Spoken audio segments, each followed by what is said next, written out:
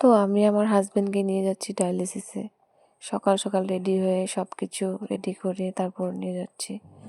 মানে আমার হাজবেন্ডকে মেডিকেল কলেজে নিয়ে ডায়ালিসিস করায় সপ্তাহে 3 দিন। তো আজকে সপ্তাহে লাস্ট দিন শনিবার আজকে ছিল লাস্ট ডায়ালিসিস। সপ্তাহে 3 মানে বেশিরভাগ সময় আমরা হসপিটালেই কাটাই। আমাদের এখন খুব সমস্যার মধ্যেই চলা হয়, কারণ কি আমাদের আদার্স কাম আমরা করতে পারি না, শুধু হসপিটালের কাজে ব্যস্ত থাকতে হয়। মানে আমার হাজবেন্ড কিডনি পেশেন্ট, তো এটার একমাত্র উপায় যে ডায়ালিসিস।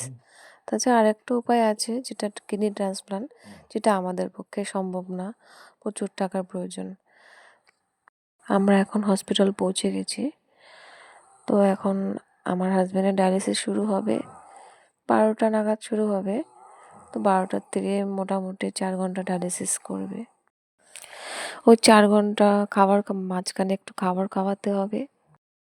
ওকে খাইয়ে দিয়ে তারপর আমিও মাঝখানে একটু খেয়ে নিব, কারণ সকালে কাজের হুড়াহুড়িতে খাওয়াটা ঠিকভাবে হয় না।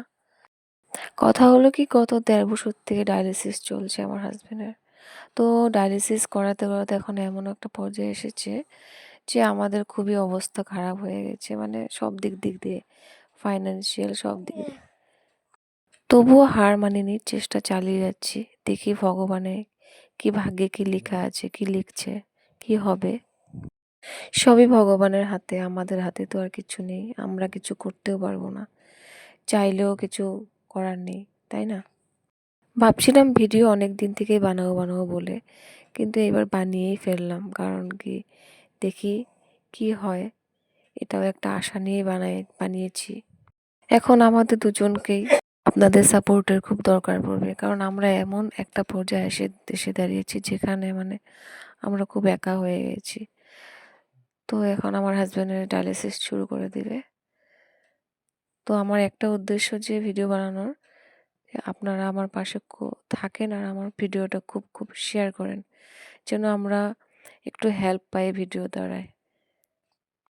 সকলকে মন থেকে ধন্যবাদ।